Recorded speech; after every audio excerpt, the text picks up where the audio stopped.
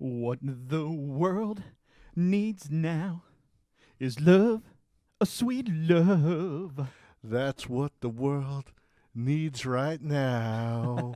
Yeah! Welcome, everybody, to the Power Hour of Love. I'm Charboil, and this is El Bandito. We hope you guys like our little musical musings. One of these days we'll get on the same page, because when he sings rock, I don't know it. When I sing corny songs, Boyle doesn't know it. I know, you're like, sing that second part. I'm like, I know. You're like, no one knows the second part. I was like, let me just back you up. But, hey, I did it anyway. You What's did. You going rocked on, it, everybody? dude. Oh, I yeah. love it. Woo! Thank you to all you beautiful people out there tonight for joining us for part 2. Look at that. What are we getting at? Where are my notifications at? Oh, where are they at? Where are they at? Where are they at? Why didn't we get no notification out here? Oh, Was that man. just some leftover notification? What is Hey, this? well, we like that. J-Dog is now hosting us. Woo! Thank you, J-Dog, for that host. You're the absolute man. Dude, throw a little bit of Twitch love out there for J-Dog. Thank you so much, my dude.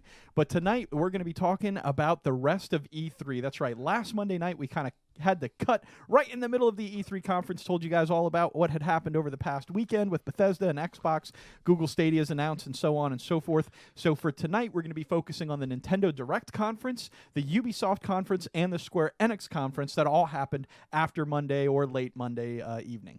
Oh, yeah, man. Like you said, even though we were rocking and rolling here at the Power Hour, E3 was still going on like a powerhouse, you know, and it rolled all the way into Tuesday, and then the rest of the week was the conference. So, Yes. you know, folks that were actually out there got to go around and check out some of these awesome games that some of the companies were debuting. Absolutely. I think this is only the second year that it's been open to the public, right? Yes, yeah. Back in the day, you had to have your, you know, special ticket. Yeah, you had to be like an insider. But now just the public can buy a pass and hang out at E3, so it's super cool. And, of course, just like last week, we're coming at you guys from 2077. Oh, yeah. Hanging out in the world of Cyberpunk. J-Dog, you're breathtaking. You're breathtaking. Oh, man, so good. Yeah, so we're coming at you guys from the future here, 2077, and we're going to tell you guys all about the rest of the E3 conference. What do you say, Senior Bull? We just get right into it. Yeah, let's dig right in, man. We got a lot of stuff. Oh, speaking of breathtaking. There you go, J-Dog. That was for you, right? So good, man. Definitely one of my favorite moments of E3. Absolutely. I think it's going to be the kind of thing that whether or not Cyberpunk is good or bad, everyone will remember you're breathtaking.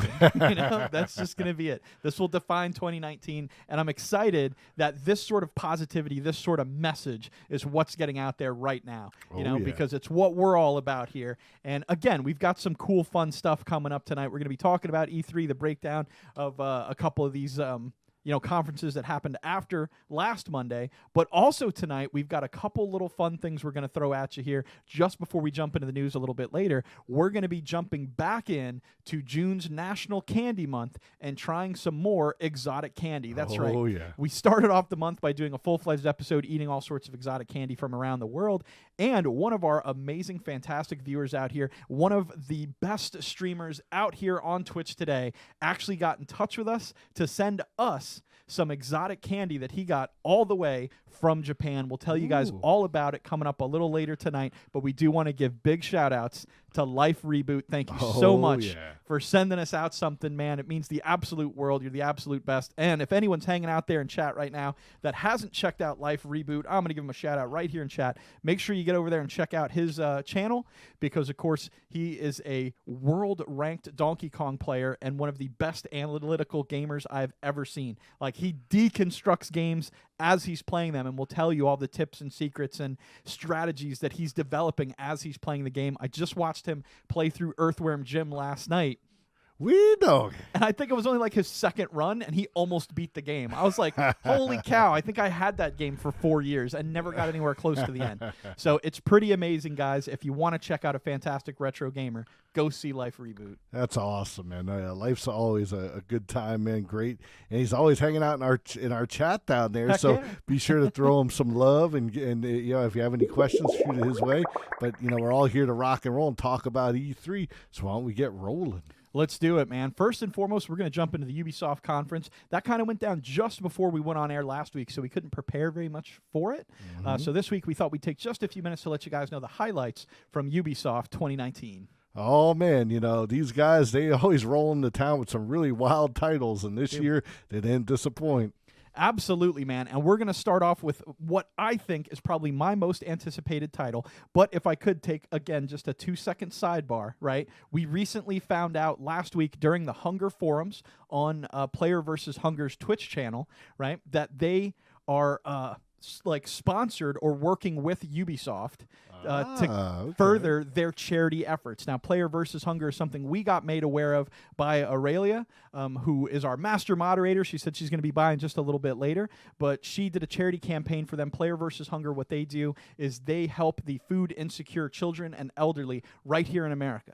Right, so you're talking about it's over 6 million kids that don't know where their next meal is coming from, and Player vs. Hunger does what they can to try to combat that by using funds from you guys to actually outreach into the community, buy really healthy, nutritious meals, and provide them for these people. And they do so in a way for the elderly, where they package meals up and give it to them so that they still have a sense of independence or autonomy for themselves to cook and heat up their own meals. So for elderly folks, it's not so much a handout as much as a helping hand, which is pretty fantastic. Absolutely, man. Anytime, you know, you're out there helping some folks in need, you know, we all always have to consider that there might be a time when, no matter how well off you are, you might need some help. So definitely got to get out there and help out people who need the help at the same time that, you know, hey, man, that's the right thing to do. All about the love, baby. Absolutely, guys. So get out there and check out Player vs. Hunger and the awesome organization they are. And big shout outs to Ubisoft for getting in partnership with Player vs. Hunger. You know it, man. That's great news. I'm real happy to hear about that. Yeah, it's pretty awesome. They're going to be launching a summer campaign soon that the Power Hour Love just may be a part of. We'll keep all you beautiful people posted about that. There you go. But if we're going to talk about some Ubisoft games, I think, like I said, we're going to start off with the one that here at the Power Hour, we're super excited about because it's the sequel to the very first game that we played on game night. That's right. We're talking about Ghost Recon Breakpoint. That's right. I remember you guys rocking and rolling. You know, it was you and Party Man Will and Bishop, and man, you guys were just tearing through the town. Absolutely, man. Now, we played Ghost Recon Wildlands, which is the predecessor to Breakpoint, which will be releasing October 4th, right? So Breakpoint has a really interesting sort of scenario behind it, because we all know that the Division 2 released earlier this year, around March, and right now is on sale in the Ubisoft store. So if you guys are interested in getting your hands on that, we may actually be playing it here on Game Night fairly soon. But the interesting thing about Ghost Recon is that you play with a team of 4, but if you don't have any available friends to play with you, the other 3 members of your team are replaced by AI soldiers, you know? So they actually, you always have a team that you can order around and that can watch your back. So that's a pretty exciting difference between the Division and Ghost Recon.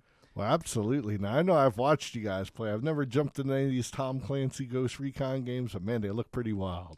They are. They're pretty good. Like I said, I think we might actually be playing this on the game night fairly soon. The Division 2, that is. But as far as Ghost Recon Breakpoint's coming out, look at that. There's our master moderator down there, Aur3llia, coming in to hang out with chat. We were just giving some big shout-outs to Player vs. Hunger out there. So let's definitely throw a shout-out here for our mod, who... why did that command not do anything? What's going on? Let's try that again. Oh, no. Oh, no. Well, we're just going to shout out Aur3llia. How about that? There you go. Did my bot just die completely? Ooh. It's not doing anything now. In the classic words of E.T., ouch. No doubt. Boo. But like we were saying, these Ghost Recon games are pretty wild, and like you said, a lot of the community out there really digs these games as well. I always see like plenty of Twitch streamers out there running around. Like I said, the whole the Wildlands one to me seemed kind of cool because you can just jump in any vehicle. It kind of had almost like that GTA kind of feel. Yeah, absolutely. And you're right. Getting back to it, one of the other major differences between the Division and Ghost Recon is that they do have vehicles where you can fly in a plane or fly a helicopter. You can commandeer motorcycles or a number of different vehicles within the game. So again, with Ghost Recon Breakpoint coming out later this year, you're actually fighting against the Wolves, which are other rogue Ghost Recon agents that have kind of split off and formed their own army, and you're playing a division of the Ghosts that are considered lost behind enemy lines because you are in Wolves' territory.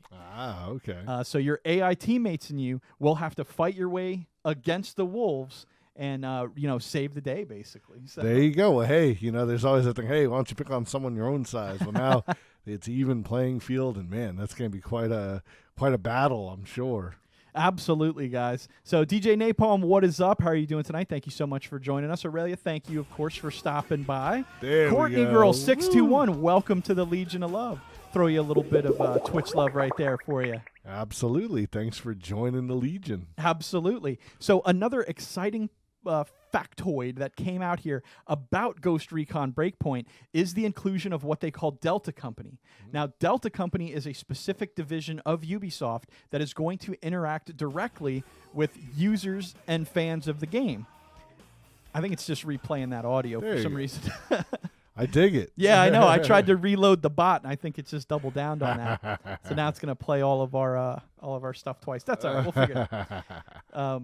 But the Delta Company actually reaches out in different divisions. Some of them reach out to cosplayers and helps them with detailed photographs or imagery of characters so that they can better create their costumes and share fan art amongst the community. One division of it is for fan fiction writers and website owners who want to post lore about Wildlands and things like that and Breakpoint.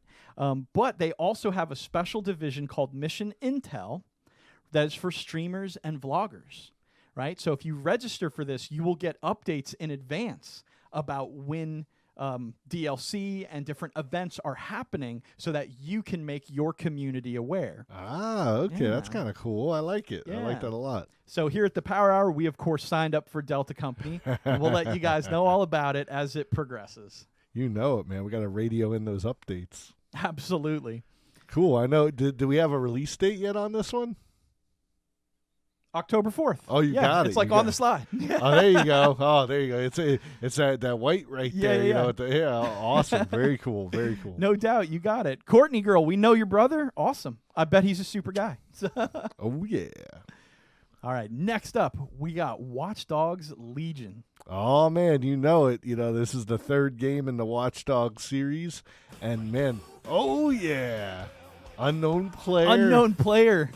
I happen to know who Unknown Player actually is. Oh, really? Oh, man. So it might be a known player. Yes. Thank you so much for joining us tonight. Well, one thing we have to talk about unknown players, that's definitely a big thing about Watchdog Legions, because now they've decided to evolve the Watchdog franchise where now you have the ability to pretty much add anyone in the game to your hacker team. Now, in some things, that might be really cool because you might get someone that you least expect actually being really good at hacking. But then who knows? You might hire on some, just some slob or something. It's just like, oh, yeah, there we go. I'm telling you, every time I hear that rocking sound in my ears, man, I just rock and roll, I know. You just want to jam out for I feel like we're in Watch Dogs right now, man. It's about to get Hacker Boyle back in here. But no, definitely, this one, very anticipated. I know the group of Ubisoft Toronto is working on that, where a lot of people may not know this, but quite a few former Bethesda employees moved over to work at Ubisoft Toronto. So very cool. There might be a little more of that flavor in there too. If you enjoyed the Fallout 4 and 3 and Skyrim, you got a little more on that team as well. So there might be some different stuff coming to the Watch Dogs crew. But this is coming out on March 6, 2020. Absolutely, guys. And like Aurelia's calling it down there in the chat, attack grandmas. Yes, you can actually recruit, an old lady that they prominently feature in the trailer, and she becomes part of the Watch Dogs Legion. So it does seem like it's up to you to choose randomly if your character's injured or his cover's blown, that you can select a new Legionnaire to go out there and take place, and that's who you'll be fighting as in the game. So again, a fantastic concept that I can really get behind. I think it's very innovative for gameplay, but a lot of what Watch Dogs has always done is really innovate, with the whole hacking idea and stuff like that. Execution's been a little dicey sometimes because I'll be honest, I'm not buying that you can hack a forklift. Just saying. I've never seen a Wi-Fi enabled forklift that was self-driving, but whatever. I haven't been everywhere in the world, so maybe it exists. But we'll have to see how the execution actually goes, because it would be really cool if this is legit everyone in the world, but I have a feeling it's going to be like select people, because they'd have to record dialogue for everyone. Sure. There's a finite amount here. Absolutely, but I guess it's going to, where in GTA 5 you had 3 people, you could have a team of up to 20 different individuals that go out and do all these wild things with the hacker skills, and it takes place in London. Nice. So that should be great. I saw some double-decker buses in the trailer.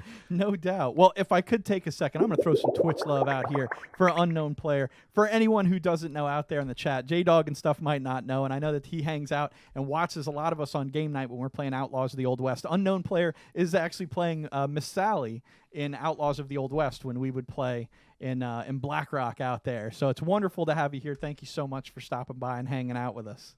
Oh man, this is probably definitely a different format than the Wild West. Or howdy, y'all. Yeah, it might be a little different than the Old West, but that's all right. I think that Unknown Player is still going to have a great time hanging out here with the Legion of Love, and we're happy to have you. Thank you so much.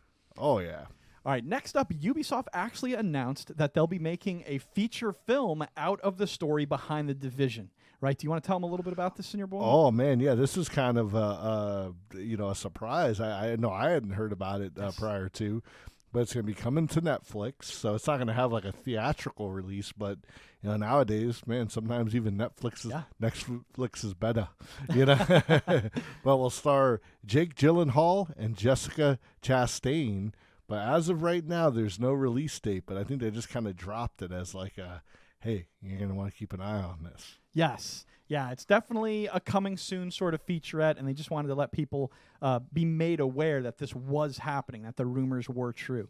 And I'll say this, man, maybe this is unpopular opinion, I don't know, but both The Division and Ghost Recon, I could care less about the stories in these games.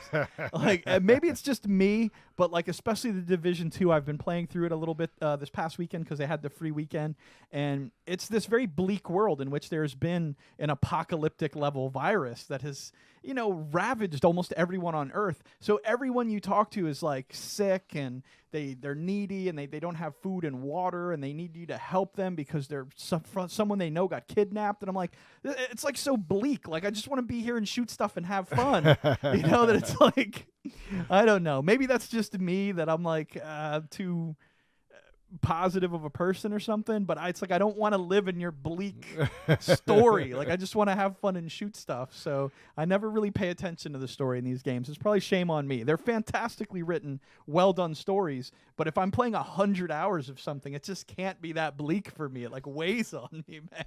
Well, do we know, I don't know if it's been said yet, this is going to be based on the first Division game? I take it since it's just called The Division. Yeah, I would imagine so, just because the first Division game is kind of the start of the rise of the Division. Because the whole thing is Black Friday, the virus spreads as people go out. That's definitely a good premise. We'll have to see how it all kind of plays out. Yeah, in 2.5 hours, I might be able to tolerate this story a lot better. Over 40 hours, I'm just dude, come on, everyone here is so miserable. I don't want to play your game because it makes me feel bad.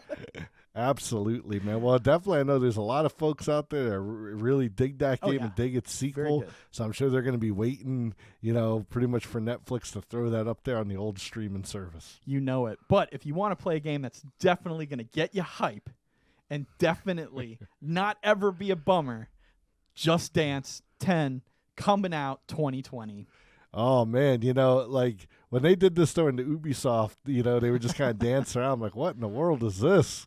And of course then the logo pops up. But I gotta tell you, man, the one thing that surprised me the most with this reveal is that there's actually going to be a Wii release for this on the Nintendo Wii. You know, like a system that's it came out in 2006, so a 13-year-old system that's probably, I would say probably saw its heyday, end like you around. You just gotta get your nunchucks and go with it, bro. That's what's up, man. I get it. I was gonna say I still have the Wii, but I don't know where the little sensor bar is, so I think I'd be kind of useless on that one. But yeah, hey, that's great. Hey, keep it going, keep it alive. Yeah, Much man. love. Definitely big ups for Just Dance coming out November 11th, so Veterans Day 2019. Oh, there you go. All right, speaking of veterans, Rainbow Six Quarantine also coming out 2020. No official date yet, but sometime in 2020, man. Tell them a little bit about it, Senior Bull. Oh, man, well, this Rainbow Six is going to be set in the town of Truth or Consequences, New Mexico. A little wrestling tidbit. That's where Cactus Jack is billed from. But have a nice day. But the operators of Rainbow Six must contend with an extraterrestrial pandemic. Yeah, pandemic. Yeah, you got it. It's all right. It's a pandemic. It's just giant black and white bears that attack extraterrestrial. ETs are coming. Oh, look, Captain Teddy Bear says they won't let poor Tom Clancy rest in peace. Not until they're done milking him for all the money he's worth. Man. No. I mean, a lot of these stories, they're just good. They're just good to keep going and going and going. Now, Rainbow Six to me is a game that's an absolute ball buster, though. To me, it's just crazy hard, so I never play it. And I know there's probably some learning curve where I could get good, but I'm just like, man, I'm past my prime to be getting into that competitive of a game. Now, Splinter Cell's also Tom Clancy, right? I think so, yeah. So he does have his name on quite a few franchises. Yeah, because The Division and Ghost Recon are both Tom Clancy. Yeah. Man, they're right. They kind of are. Yeah. Tom Clancy, he's just like, there's like, hey, put Tom on there, right? Yeah, exactly. But definitely, so like we said, we don't actually have an official release date on this one, but definitely sometime in 2020. This one looked kind of spooky. I know I was watching the trailer, so that definitely kind of piqued my interest. But you're right. If it's going to be like serious gunplay and stuff, like I don't think it's going to be as action adventure-y as much as I like in my shooters. I mean, maybe this will be a little more fun because I liken it to Call of Duty Ghosts, where it had that alien extinction mode that you could play, and it was like a separate mode in the game that you just kind of played through, and it was kind of fun. It was like crazy aliens, they'd fall from the sky.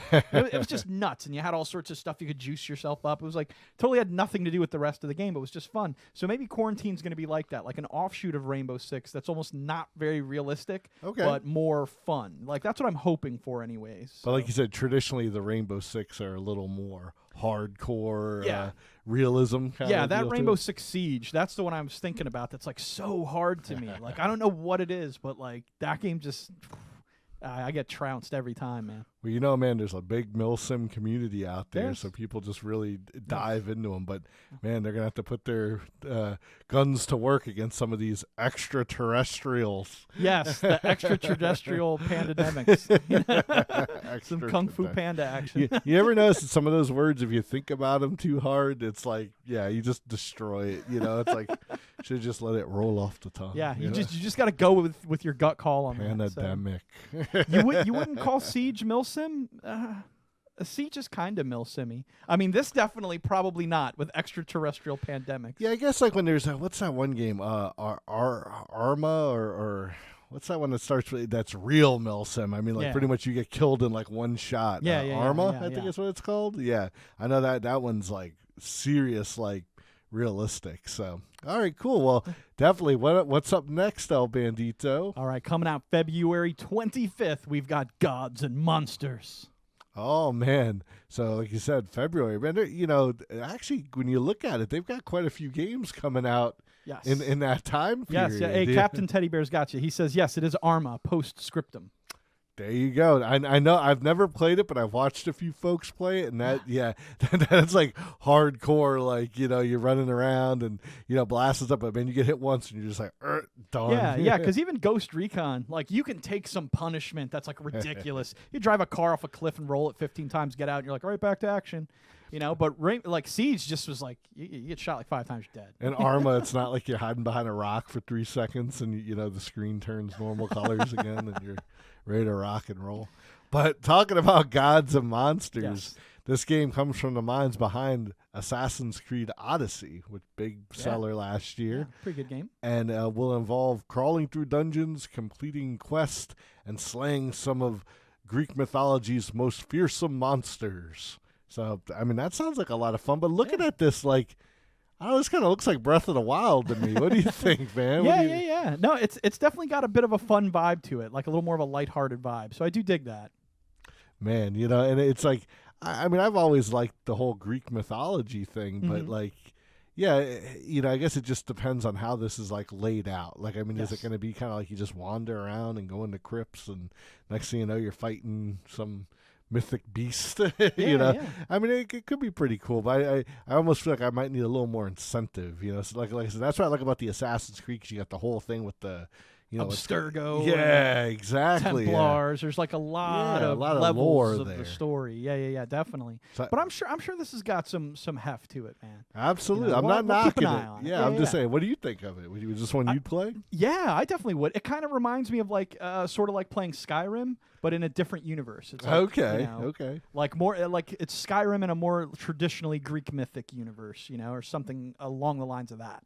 So we'll have to see if maybe there's some role play elements in there. Like maybe you get to talk to people and go on quests and stuff. But definitely from the trailer, it definitely looked like a lot of hard hitting action with some wild beasts. So and hey, it's right around. Well, I guess it's funny we say right around the corner. You know, February 2020. We'll be here before we know it. Yeah, it will be. It will be. So Miss Teach out there showing some love from Michigan. Thank you so much for coming by. Throw you a little bit of love out there.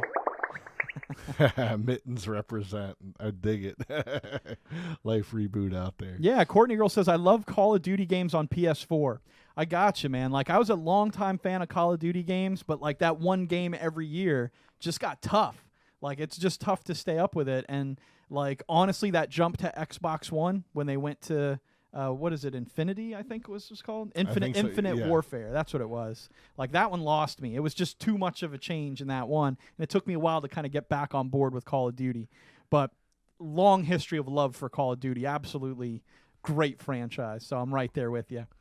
But talking about legendary games developers right here, you know, Square Enix been putting out them hits for decades. You know it. And they did not slow down here at 2019 with a couple of pretty awesome games coming out very soon. You know it, man. I'd have to say probably one of the most anticipated trailers for E3 happened during the Square Enix presentation. Tell them about it, El Bandito. All right, we're talking about The Avengers. Hey, your favorite topic. Oh, absolutely, man. I love it. I love it. So this is coming out May 15th, 2020, right? This is a story focused around an attack on San Francisco while the Avengers are starting up a branch office of the Avengers that they're going to call the West Coast Avengers over in San Francisco, right? So this results in the destruction of the Golden Gate Bridge, a calamity that would become to be known as A-Day, kind of like Avengers Day, right? Captain America presumably dies during the battle, but Square Enix is kind of quick to be like, he's not really going to be there. But the story actually picks up 5 years in the future from that event. Like, that event is the opening cinematics. This is not set in the MCU or any comic world. This is just using the characters in an all-new scenario right here, right? So this is set 5 years later, where an imminent attack on Earth makes the Avengers begin to question whether or not they should get back together and form their superhero team, which has subsequently been outlawed. Oh, okay, you know? okay. So pretty interesting storyline. Kind of barks right up Square Enix's alley with that kind of bleakness again. Like they always make those kind of games where they don't always have a happy ending. So this is definitely pretty interesting to me. I have to say, one of the biggest things that's been coming out this past week was people complaining about the look of the characters looking like generic versions of themselves instead of the MCU.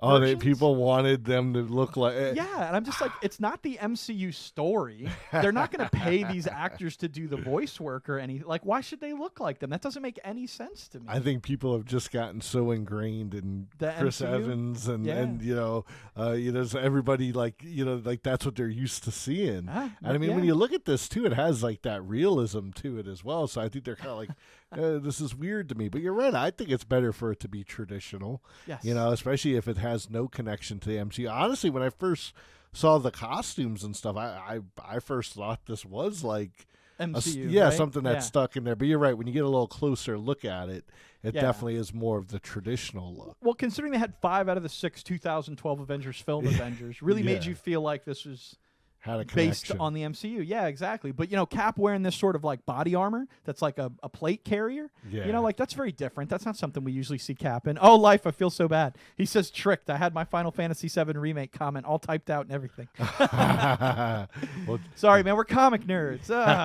We were so psyched about this. Oh, but that's true. I did say the most anticipated yeah. Well, definitely the most anticipated trailer when it comes to the comic book fans. But don't worry, we definitely have some love coming in a few for that as well. So the other interesting things about Marvel's Avengers that they put out was that they will be offering all DLC and new areas of expansion and characters completely for free. That's awesome. That you will not have to pay for any of the multiple years of content that are already planned for beyond the initial release. They say there will be microtransactions for things like cosmetics, if you want classic costumes and things out of different stories, or unique costumes that they have made for the game, which the trailers actually do feature. They show like an Iron Man in outer space, and he's in a sort of space suit. So like that, I'm assuming, is what they're talking about cosmetic changes.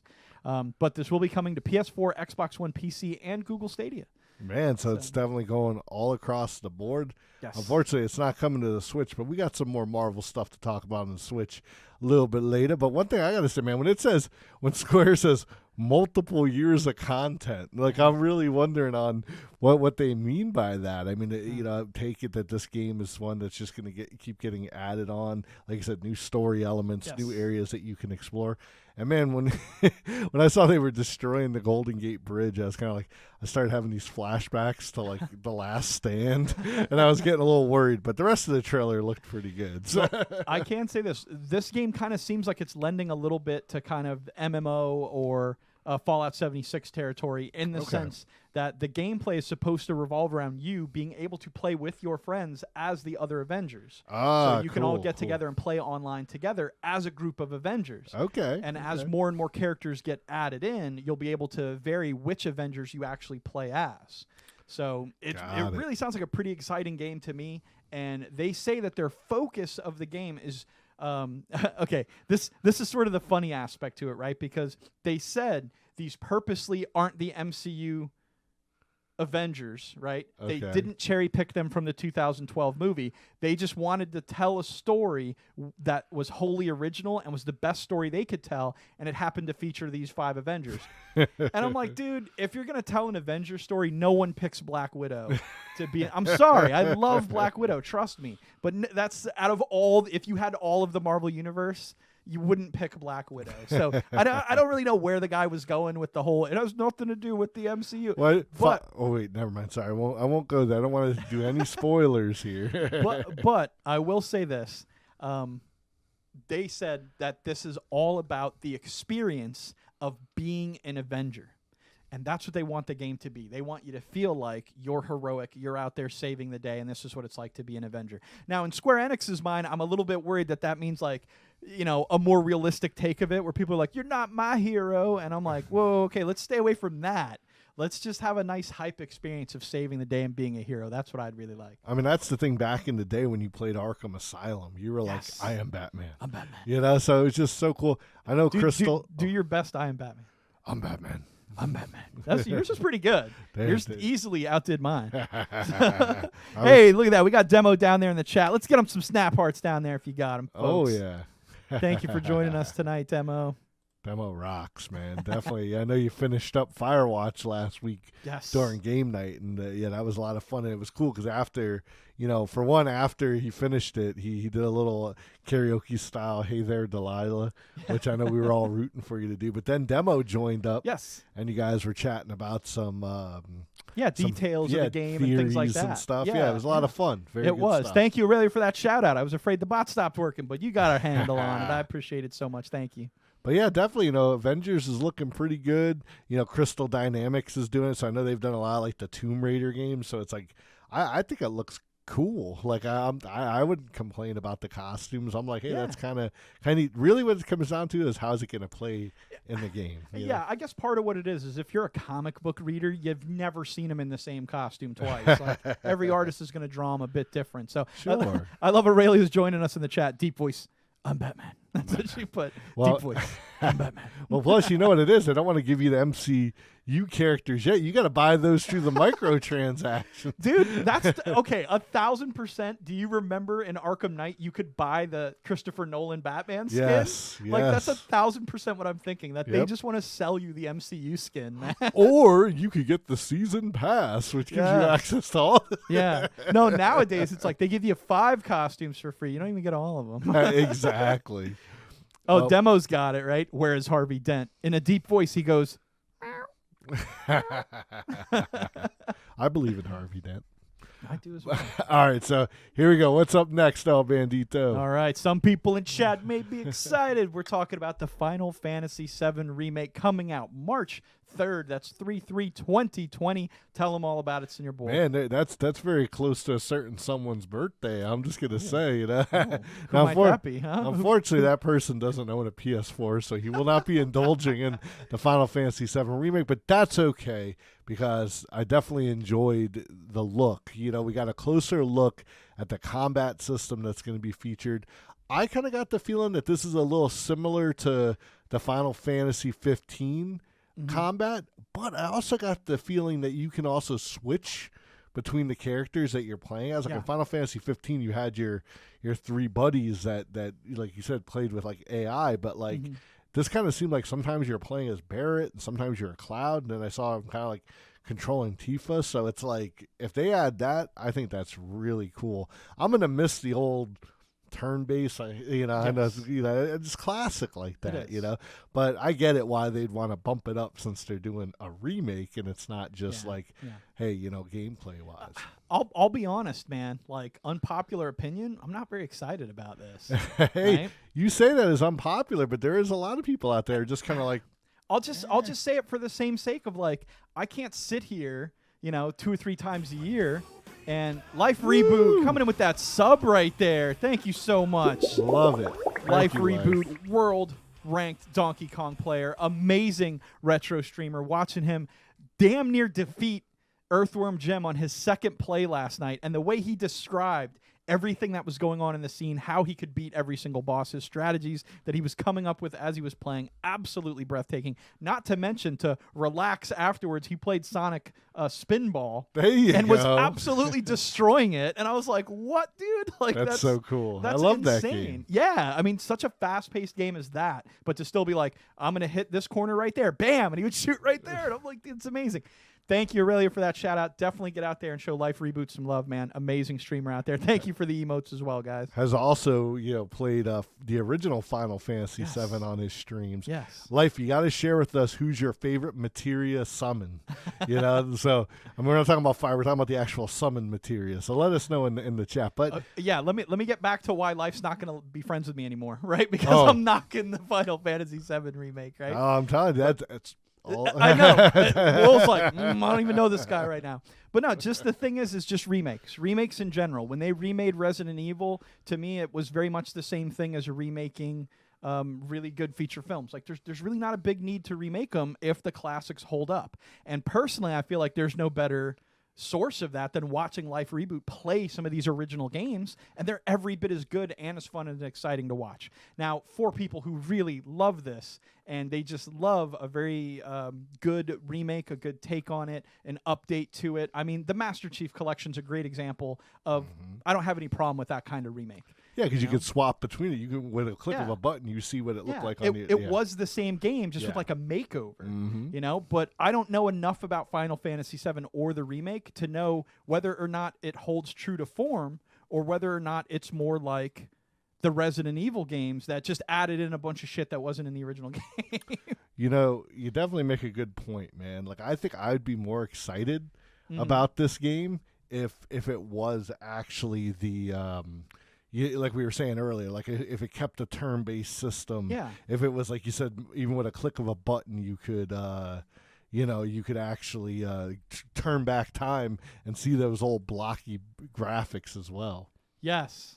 Then again, that's very cool to see that something's that close to the original. Like that I do like, and I think is fine because it's a makeover more than a remake. But Life says that he left us a comment here with his sub. Literally haven't bought a new console since Sega CD. Now Final Fantasy VII Remake has me down to buy a PS5. That's what's up, dude. PS5.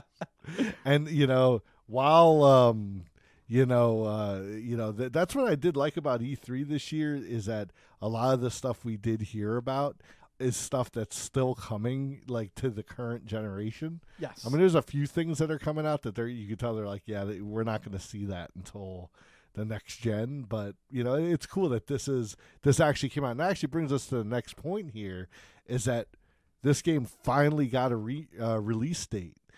Technically this game has been teased since 2005 E3 when it was part of the PlayStation 3 tech demo. Mm-hmm. Yeah. So it's been a minute. You know it, man, but definitely, it's finally coming. Like you said, March 3rd, 2020. So look at that. 15 years 15 years in the making. But also, if you pre-order, you will get the Summon Materia DLC as a bonus. I have no idea what that includes, but it's Sounds probably going to awesome. be cool. No doubt. All right, Senior Bull, did your right ear go out? Mine's totally did. Like, second. I can't hear anything over here. Oh, I think you're right. I think it did go out. All right, I'm going to fuss with it for two. Let's hope this doesn't just drop our voice in chat. Okay, definitely, guys. Yeah, we're just doing a little bit of technical stuff over here. It looks like we're still. Hey, that sounds way better. There we go. Got a bad. Here we go. I got it here. I can hear clearly now. The fuzz is gone. See, look, we can improvise. I can see all obstacles in my way. Look at that. McPats is coming in the chat down there. Thank you, Aurelia, for reposting that sub comment there. Oh, yeah, man. I got to tell you, like, if Final Fantasy VII wasn't enough for you, we got a few more announcements from Square that you guys will want to hear. Absolutely, guys. So they let us loose with a couple of special announcements right at the end, so we're just going to run through them for you real quick. All right. We're talking about remakes, but this ain't a remake. Final Fantasy VIII is getting remastered. Yes. So you're still going to have the same game, same battle system. Looks a lot crisper. I always thought that game looked good to begin with. Okay. So they do have a specific term for that. There we go. Yeah, remastered. You know? So, and this is coming to the PlayStation 4, Xbox One, PC, and the Switch. Now, I know a few months ago, like when all the Final Fantasy games were being released on the Switch, everybody was freaking out because Part 8 wasn't coming. And everyone's like, what's going on? But they were obviously gearing up, for this remaster that they're putting out. No doubt, man. So, no, super good. Demo says he thinks Squeenix did a very, very well at E3. So, absolutely. I agree. It was a fun conference. It had a lot of energy to it. It was succinct. They didn't waste a lot of time with superfluous garbage, so I very much enjoyed it. And also, if that's not enough Final Fantasy for you, the Final Fantasy VIII remaster's coming out in the winter time of this year, but we're also going to get the Final Fantasy Crystal Chronicles remaster, which that's just coming out for PS4 and the Switch. So, unfortunately, none for the Xbox or PC crowd. Womp, but that's a lot of Final Fantasy for the next 12 months. Absolutely, man. You can never go wrong with having too much Final Fantasy. Am I right? You know it, man. It's all about the fantasy and the materia and the summons and all that wild stuff. Viagra. I mean, unless they're trying to make a movie. That's probably a little too much.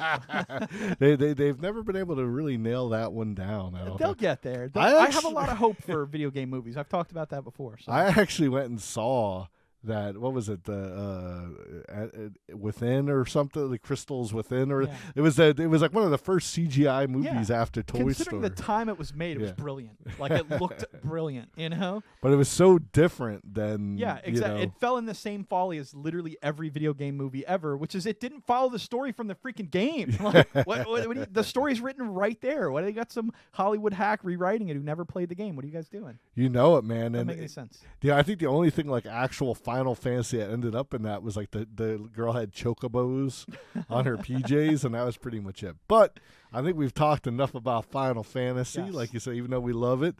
But is it time for some PoDunk news? It's actually time for something a little special. Oh. So if you guys want to get those share buttons ready, man, it's exotic candy tasting time. Oh, yeah. That's right. Like we said, June is National Candy Month. We like to celebrate it here on the Power Hour by kicking off the month by eating the weirdest candy we could find. This year, we decided to go straight up international, getting some marzipan straight from Germany, getting some coffee crisps from the UK, and more exotic and cool candies that we could find from all over.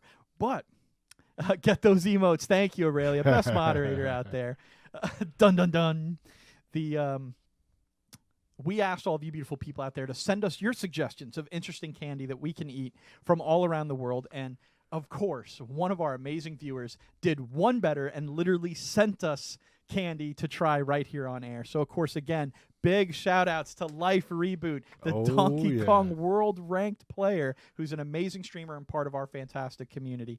He actually took it upon himself to send us some candy, and I'm going to tell you guys how special this is. Last week, or 2 weeks ago on the Power Hour when we were doing our candy tasting, I happened to mention, right, that Kit Kat bars are sold in Japan in a variety of flavors, literally dozens of them. And it's always been kind of a lifelong dream to try some of these really exotic flavors of Kit Kats.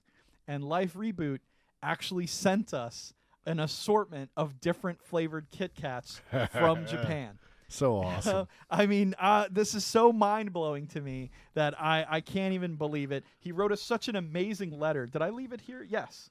He wrote us such a lovely letter, too. I want to just read a snippet of this because it was so cool. He says, I believe gift giving is a large part of Japanese culture, especially when traveling. So he would get these from people he would meet through places he would go.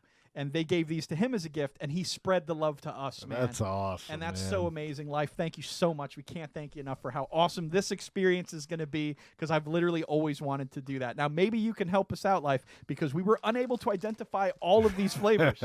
I know he said one of them is a super hot wasabi. Ooh. So, yay, let's hope we know which one that one is before we dive on in. But this one here actually looks like it has a banana on it. Oh, so I'm okay. guessing that one's a banana one. That sounds pretty good. Let's see what else we got. Oops. Whoop. Oh, no. Hold on. He's trying to get away Man from down. Okay, this one here, this is the wasabi one. It definitely has wasabi right on it, right? Okay, yeah. That one's not even messing around. So this one here looks like, I don't know, I think it's maybe cranberries and almonds. Is that what that looks like to you? Yeah. There's that. Yep, definitely some almonds and maybe some cherries. Maybe Okay. yeah. And then this one that says Sublime. Like the band? I don't practice that. I have no idea. It says Sublime, and it looks like there's some sort of, it looks like a nut or something, or maybe a piece of bubble gum. Crystal ball. If I had $1 million, I'd eat them all. I would. But then there's this one that, I see it now. It's sake. It's sake flavored. Oh, that is so dope. Yeah.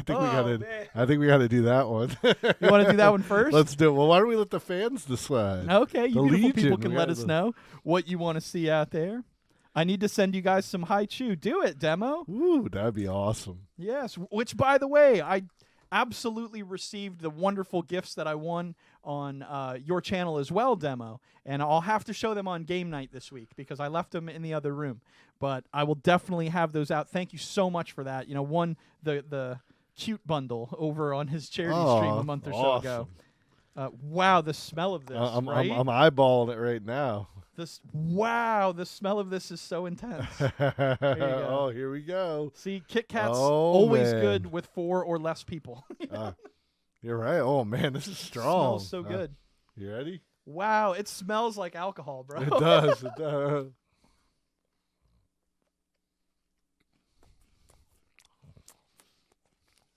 Yeah. That's pretty banging. That was super good. You gotta be 21 to buy those? I don't know, but that has such a taste of sake to it. That's unbelievable.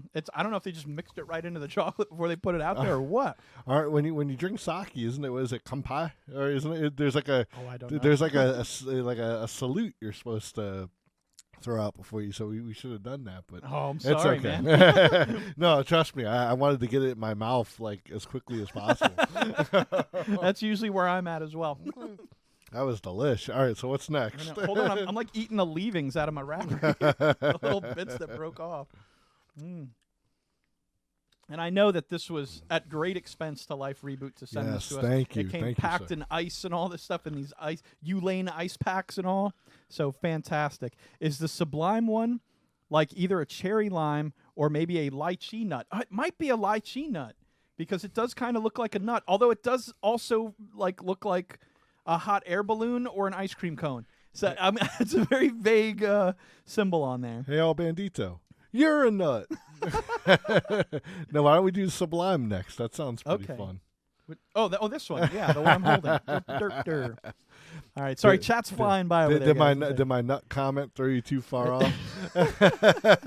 Just the fact that I was going to have it in my mouth in a minute. LifeReboot says, I can only verify the wasabi, sake, and banana flavors. I didn't send you green tea ones. Those I selfishly kept for myself.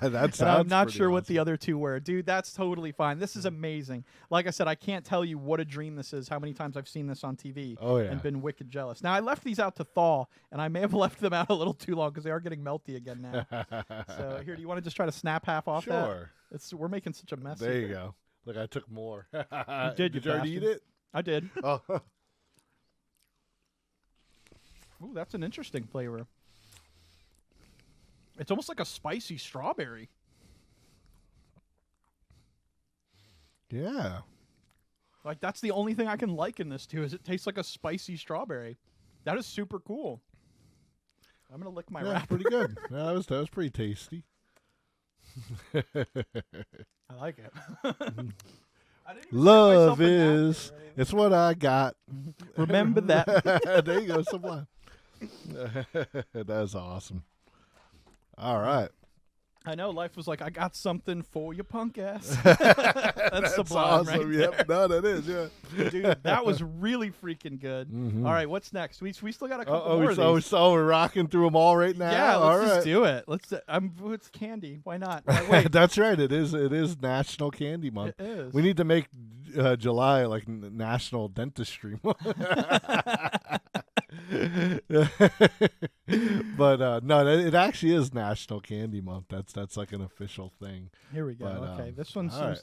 This looks like I said cranberries and almonds. Okay. Two flavors I adore. Absolutely. I should have handed you this with that hand, but That's okay. No, I'm just like I'm sucking on my fingers and handing you food. That's nice. Real class act. you know, so I just don't take any time. I'm just like, That has like real chunks of cranberry in it. yeah. Like freeze-dried cranberry, like craisins almost. That's amazing, dude. I dig it. That's so Yeah, amazing. That one's nice. Like we said, having those different things in there, and not just the flavoring, it really kind of brings it to the next level. Do we have enough water on set to take down this wasabi thing? I think I'm all right. No, man. We still got to do the nana. Should we do the banana after the wasabi Probably. just in case it's like nuclear? Yeah, probably. Because that's the one thing Life mentioned in his letter, that he was like, the wasabi ones are hot, bro. You know? We can do it. This one's little flap isn't flapping right to open. Like, quit making excuses. I know, you're just screwed. I was joking about the wasabi spice. It's just a hint. Oh, yeah, okay. he says that now. That's true when we're on the air. I say we both just eat the whole piece. Let's do it. Just do it blind. If it's hot, it's hot. If it's not, it's not. It's fine. Do it. Do it live. It's warm from being in my pocket. I had these in the fridge, and I was like, I'm going to take them out right as we start the show. So they're like just in that perfect like place. Ooh. Ooh, there you go. Look at that. You got a nice big chunk right there. All right. Good. Here you go. Cheers. Ding.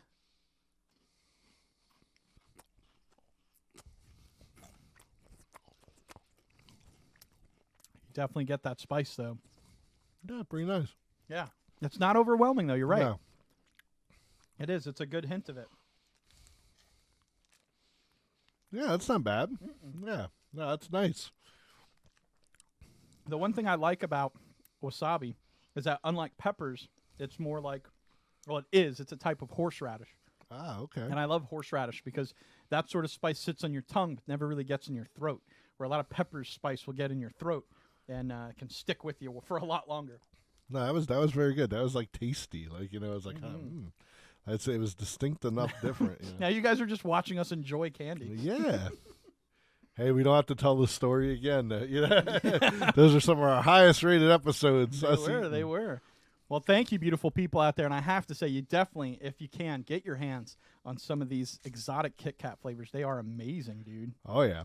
And we still got some PoDunk news for you guys, and we're going to be talking about Nintendo on the other side of the news. Nintendo Direct that you've got. Oh, Go ahead, man, snap that baby in half. For a banana one, I kind of was, I'm surprised that it looks just like chocolate. Oh, my God. That banana hits you the second you put it in your mouth. Wow, yeah, that's awesome. I feel like freaking Donkey Kong right now, man. LifeReboot over there. Yes, absolutely. He knows what's up, man. Bananas. Yeah, I think that's my favorite. Hell yeah. That's the bomb.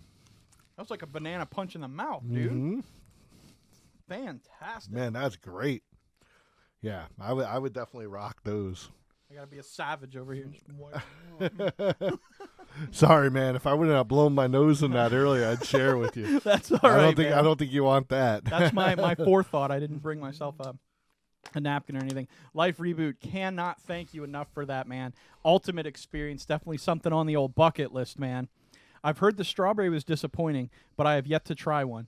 Well, dude, definitely try the Sublime because that's like a strawberry with like a pinch of cayenne or something on it. Yeah, dude. That was nice. Amazing. It had a little heat to it, but man, that banana though, I could seriously devour some of those. It was like a chocolate covered banana, man. It did. Yeah, There's man. money in the banana stand. Man, that's delicious. I want to order some. It's like I'm over here licking the sides of my teeth, looking for remnants. That was awesome. Thank you so much, LifeReboot. That was delicious. Throwing some love out there for life. So glad we got to experience the exotic Kit Kats from the land of the rising sun. Yes, thank you, Aurelia, again for that shout-out. Again, world-ranked Donkey Kong player, LifeReboot, hooking us up with some exotic Kit Kats from Japan in honor of National Candy Month. We can't thank you enough for sending this our way, man. Like I said, for me, it's a real kind of childhood dream come true, man. So I'm super stoked about this. Real bucket list level stuff. Thank you so much, man. I know we'll be hanging out soon, and it's just been absolutely fantastic. Thank you so much. Absolutely. And Life says, love it, guys. Glad I could participate in Candy Month. Also, the strawberry-flavored Kit Kats are super gross, in my opinion. I think he means the American strawberry ones, though, oh, right? Gotcha. Yeah, thank you, Aurelia, for the repost there. I appreciate it. And thank you again, Life Reboot. Totally awesome, man. Thank you. Good. That banana. Yes. He's down there in the chat. Get over there. Check him out. Throw him some love. Throw him a follow. Let him know the Power Hour Love sent you, and it's a guarantee you're going to have a good time when you're over there. All right, man. Well, definitely. That was delish. Well, now we got an awesome platter of PoDunk news heading your way. No doubt. Coming right up, sir. Right now.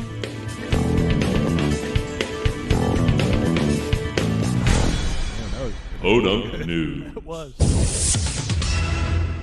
Oh, yeah. Bananas. That's what it was. Bananas. It's simply bananas. Golden Girl Bell, thank you for joining us out there tonight. It was breathtaking. You're breathtaking. Life Reboot, you're breathtaking. Breathtaking, yes.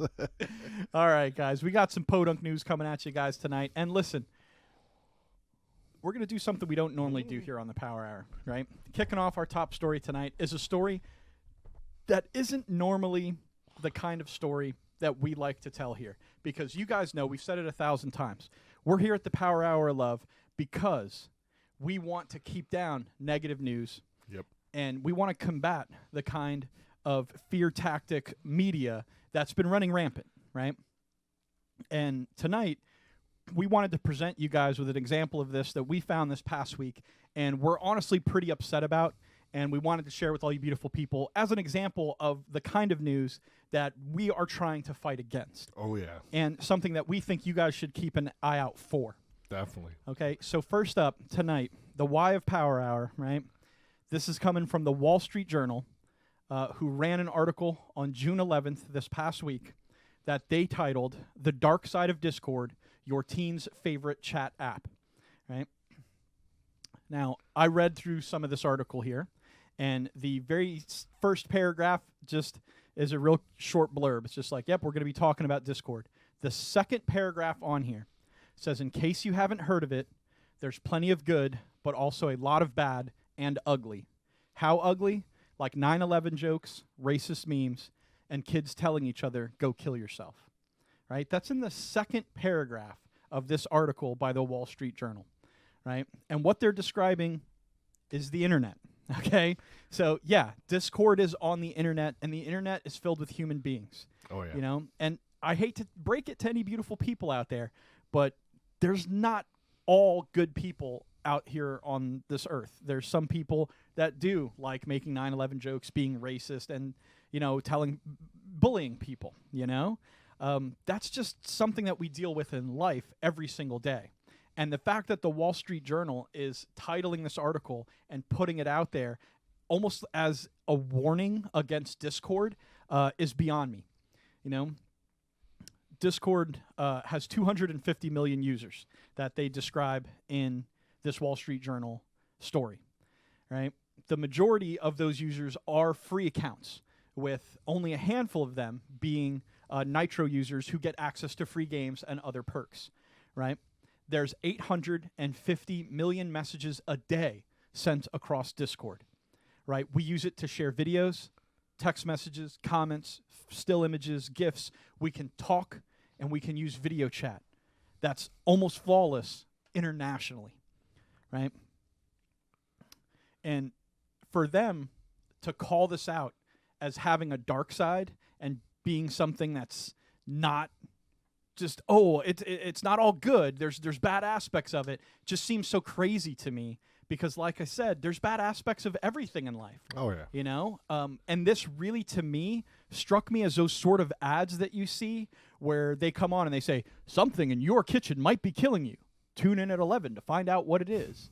You know, it's that sort of fear-mongering. You know, they're telling us the dark side of Discord, your teen's favorite chat app, the thing you don't know anything about, and you have to learn about the dark side to it. The dark side to it is that there's people on it, and people are different, right? So at no point do they go on to discuss the benefits of Discord, or the fact that 250 million people across the world are now able to communicate for free and learn about each other and be more inclusive to each other, and to have interaction with a culture that's not your own, to learn from it directly rather than some preconceived notion, right? So the bottom line to me is that you need to keep an eye on your kids and your friends, right? Whether you're in real life or on the internet. Nowhere is truly 100% free of bad people or people who want to be mean. I mean, I think we can agree that there's literally no internet service you can use where they have abolished racist memes, 9/11 jokes, and bullying. You can't go on Xbox Live Party Chat and Xbox Live ain't like, hey, no bad stuff here on our internet. No, there's always going to be stuff like that. But as a parent, how do you feel about this, Senior Boyle? Well, definitely, like you're just saying, you know, as a parent, you gotta pay attention to what your kids are looking at. I mean, today, and it's tough. I'm not going to say it's easy, you know, but, you know, today there's information is literally at your fingertips. Yes. I mean, it's as available as it ever was, and you just have to be very conscientious of what your children, or like you said, even your friends, what they're doing. But at the same time, you know, just know that you have to educate. You know, you have to let them know, hey, there's people out there that aren't nice, that are looking just to be bad, you know. And, you know, that's a hard thing to explain to a child who kind of sees everything through rose-colored glasses, and you don't need to completely, you know, disillusion. Yeah. But at the same time, you just have to say, hey, look, if you see somebody doing something that they're not supposed to, or they're saying something to you that you know is wrong, show them how to disconnect from that. You know, like you said, while it's not completely banned.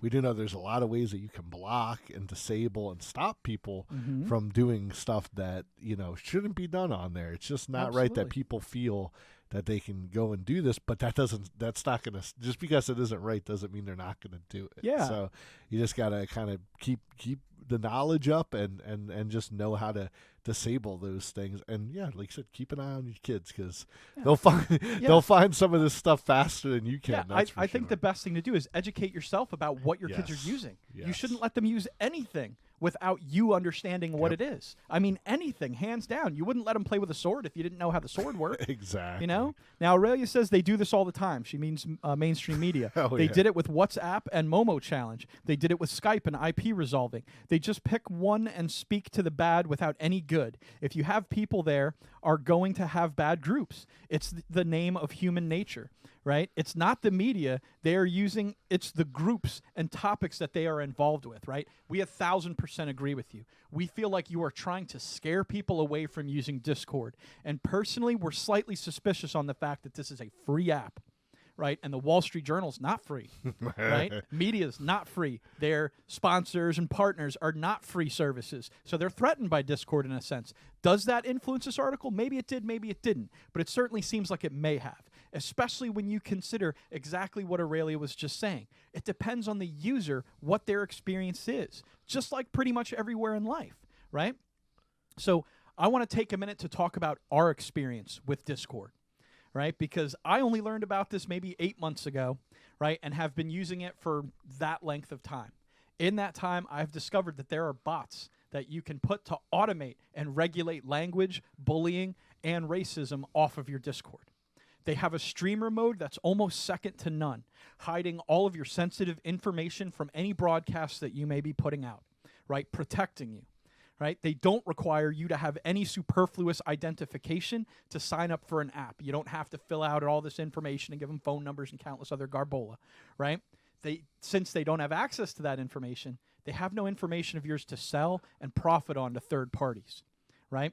Now, our personal experience is that we're in over a dozen different Discord groups, right, where we have met people from Malaysia to Germany. And the people that we've met and that we interact with are some of the best people we've ever met and have donated thousands of dollars to worthwhile charities over the last 6 months, right? So for us, this really felt like a personal attack and was pretty dumpy to go on there and just highlight all this bad stuff about Discord, especially considering that when I was reading the article, when I got about halfway through it, this popped up and said that I could not read the rest of the article unless I signed up for a subscription to the Wall Street Journal, which means if they did say anything nice about Discord, I'm in the 99% of users that will never see it, right? So they're using their platform to scare people and put out bad information about Discord to shine all the negative lights on it to scare people into paying them money, right? Shame on you, Wall Street Journal, for doing that. And that's something that we're not doing here at the Power Hour. We love to get cheers and bits and subs so we can make our program better, but we're not here to tell you to pay us so we can give you the real information. Absolutely. It's all about the love here, man. If you got love and you're out here and we're just, that's what we're all about, sharing experiences and having a great time. And man, yeah, this, this, we understand this isn't a new thing. We get it that, back in the day they were saying, if you play D&D, you worship Satan, and you the devil music. Yeah. And you like Alice Cooper, you're a son of a bitch. Exactly. This is that. It's that same thing. It's that same sort of fear mongering to keep down things. Just trying to sell papers. Yeah. Now, LifeReboot says it's all about perception. When I met my wife online, we had to make up a story for how we met because it was socially unacceptable to use the internet for dating at the time. Now it's normal. The problem is ignorant people who have never had experience with the tech creating the news segments or listening without being objective. Absolutely. And you know what? It's hard for us to blame the average person when that's the headline they see. They're going to be afraid because they care about their children. So to me, this blame falls solely on a media network that's going to put out news with a headline like that with the intent to scare you into paying them money. Because that's the bottom line of what this article's all about. And I don't like that one bit, and we would love to do more hype up Discord and to let people know what an amazing platform it has been for us and what an amazing platform it could be for all of you. So we took it upon ourselves to read this story today, and we're going to start our very own Legion of Love Discord group that we'll be inviting all of you to in the upcoming weeks. We hope you guys will be a part of it and use it as a place to share inspirational stories, to share your own stream promotion for your exciting and amazing channels, and for you guys to spread awareness about the charities and worthwhile causes that all of us have been involved in. Absolutely, buddy. And, you know, I saw J-Dog's comment up there saying that, oh, man, he thinks the world's worse now than when we were young. Man, the world's always evolving, man, and that's the thing that, you know, you got to just keep up with that pace and just try to spread good stuff. Like, that's really what it's all about, just trying to keep it positive. And, hey, we know there's going to be bad stuff out there. Like, and, you know, you guys know us. We don't always tread on things like this, but it was something, like we said, that we really wanted to kind of throw out there and share with you guys. Plus this awesome news that we're going to have a Legion of Love Discord. I mean, we tossed this back and forth a super ton, and we really felt like your guys' Discord communities were a nice enough place for us to hang out. But this story definitely prompted us to say, you know what? Like, yeah, we'll join the fight in making good havens and making good groups that people can find to be supportive. So thank you guys so much for all the hype and all the positivity down there in chat right now.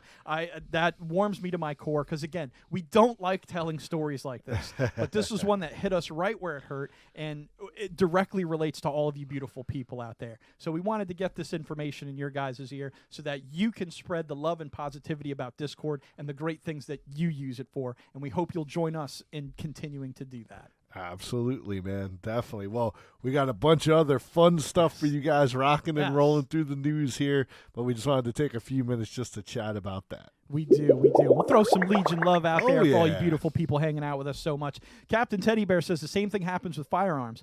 And he says bad stuff gets more exposure now. And yeah, you're absolutely right. They want to put a negative spin on things, you know, but I understand the point of his comment, but firearms aren't bad stuff, and I know he doesn't mean that, right? But things that they can cast in a negative light, they will, to try to scare people into spending them dojis, man. So yeah, you're 1,000% right, man.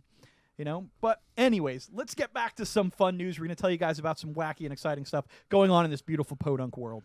Oh, yeah. You know, you guys know that I always like to squeeze in a little wrestling news in here whenever I can. But you got to understand, this new group, AEW, they see the concept as well. They have an awesome product, but they're not all about just trying to squeeze you for every dime that you're worth. You know, they're willing to put something out there.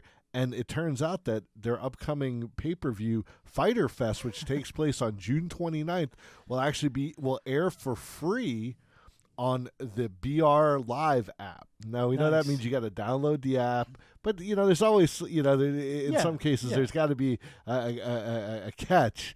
But the fact is that you get to watch this, you know, 2 to 3 hour pay-per-view. Yes. You know, right from your phone. It's literally called a pay-per-view, and they're giving it to you for free. How awesome is that? You know it.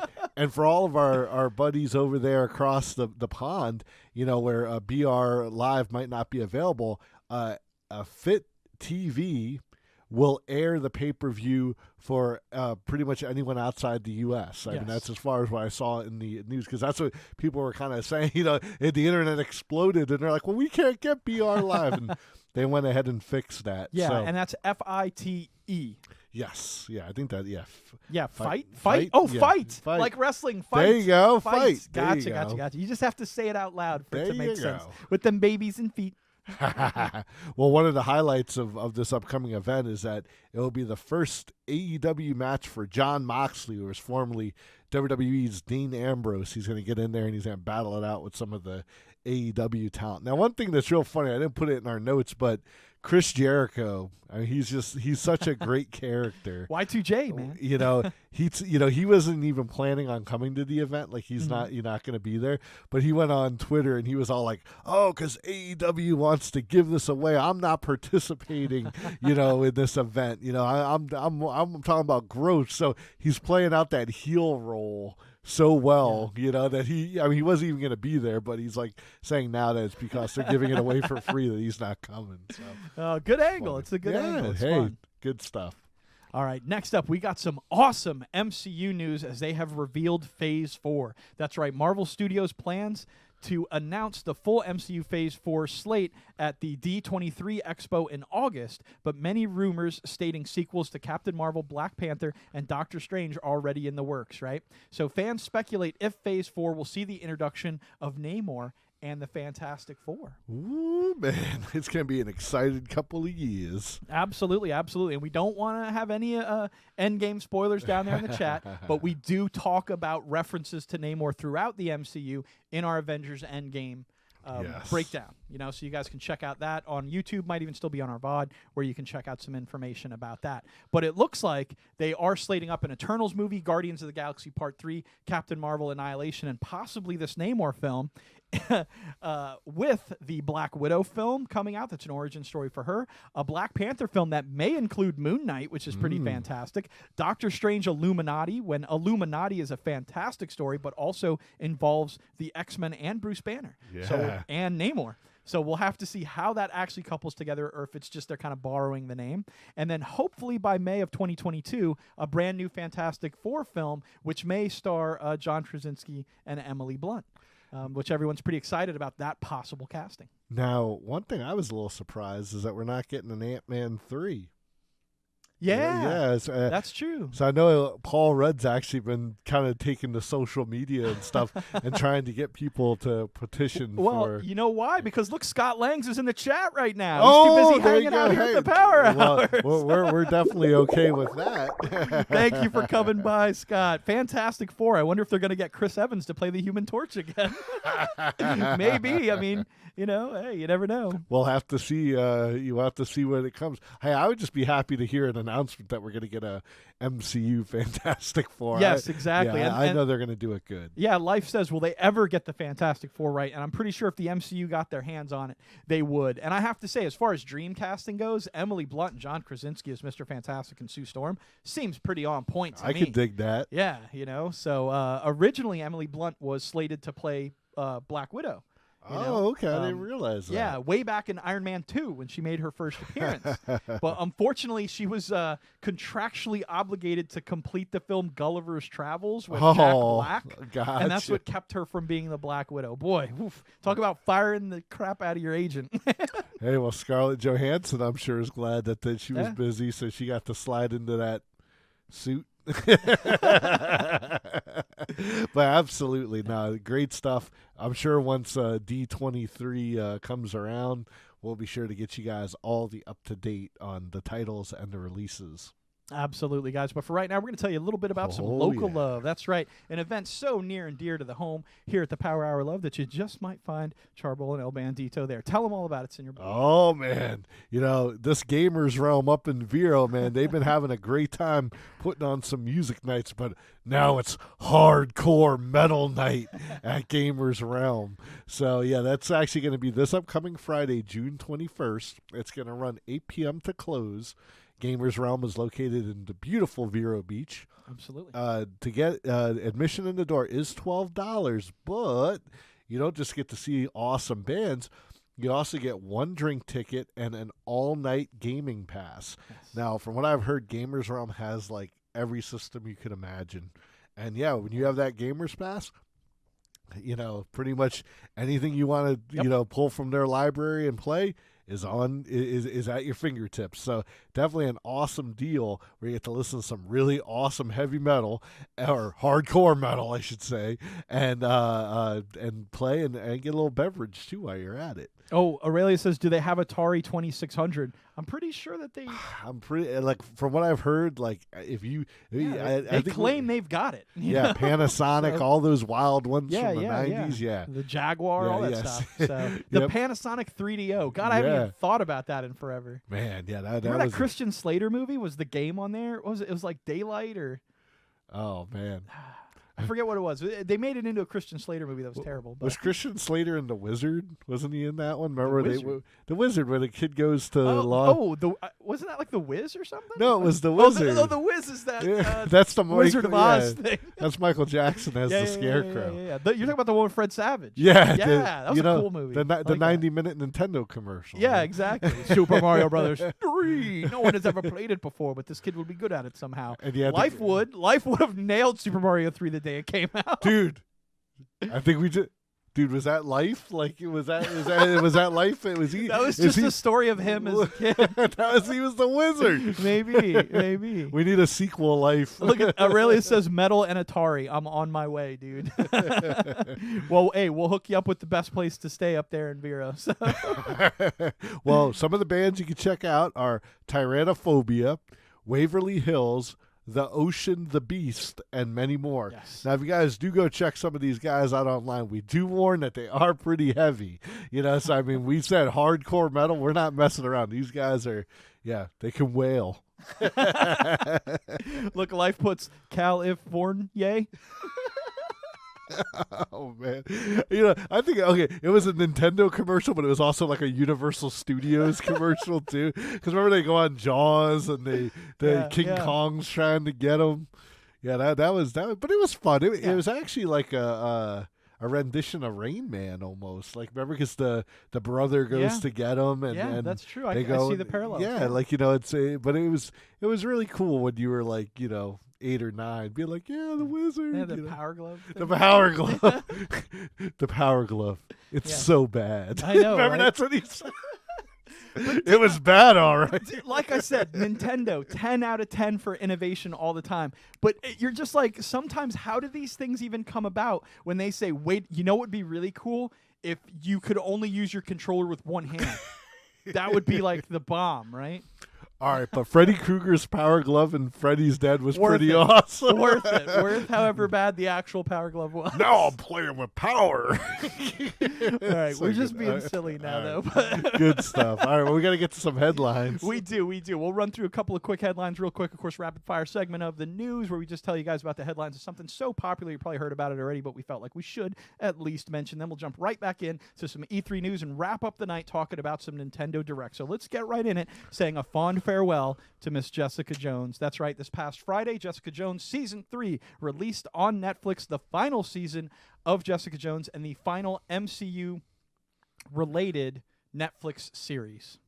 I have to say, man, I haven't started watching this yet, but I'm really kind of hoping we at least see some cameos from some of those other characters. It would be nice. That would be a nice little icing on the top of the cake. Yeah. Unfortunately, I think this started shooting before those other things got canceled and such. So it's not like but they may have rushed him in at the last minute. It would be nice to see Luke Cage run by or something like that. Yeah. But either way, I have watched the first 2 episodes already. Outstanding. It's just the second episode is actually directed by Kristen Ritter, the actress who plays Jessica Jones, and extremely fun. Just really good. It's in the vein. Doesn't seem like it's skipped a beat, and I'm absolutely loving it so far. I can't wait to sit down and watch some more a little later tonight. Awesome. I'm definitely going to have to start watching before you drop some spoilers on me. Nah, I'm just kidding. El Bandito's always very tight-lipped. You know it, man. All right. Where no man has gone before. Starfleet logo spotted on Mars by NASA space probe. There is hope.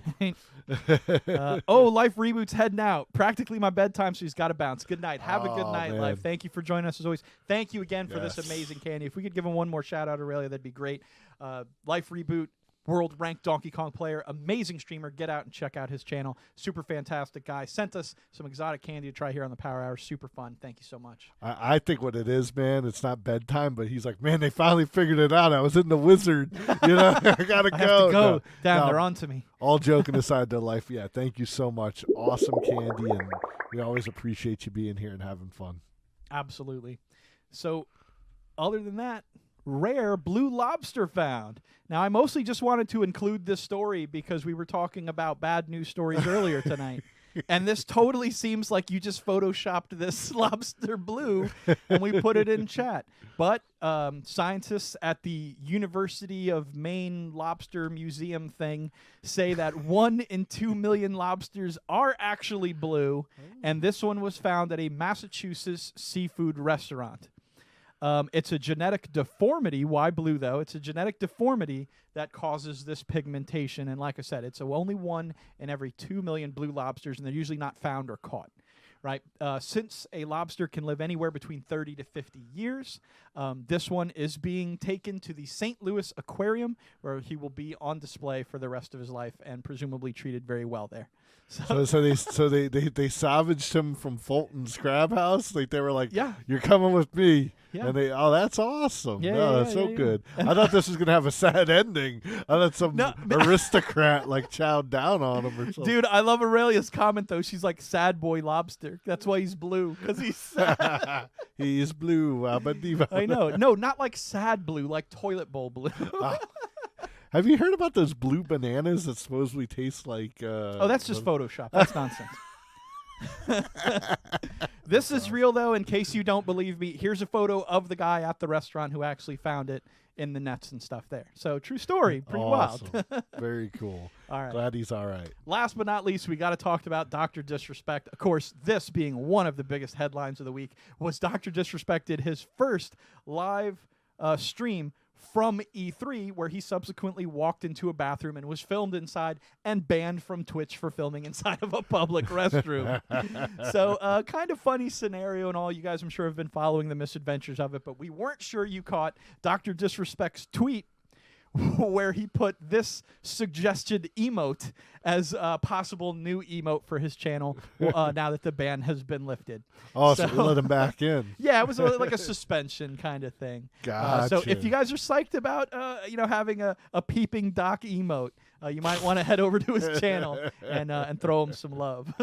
Oh, man. Pretty wild. All right, but that's going to wrap it up for the headlines right there. 7 days. Oh, he was banned for 7 days? Okay. So he's still got a few days to go left? Okay. Well, definitely all those Dr. Disrespect fans, come on over and check out the Power Hour of Love in his absence. Absolutely. You got the time. Why not stop on by? All right, guys. Well, what do you say we head back into the studio and we wrap things up talking about some Nintendo Direct and let you know all the exciting stuff coming from our most innovative of game manufacturers. Let's do it.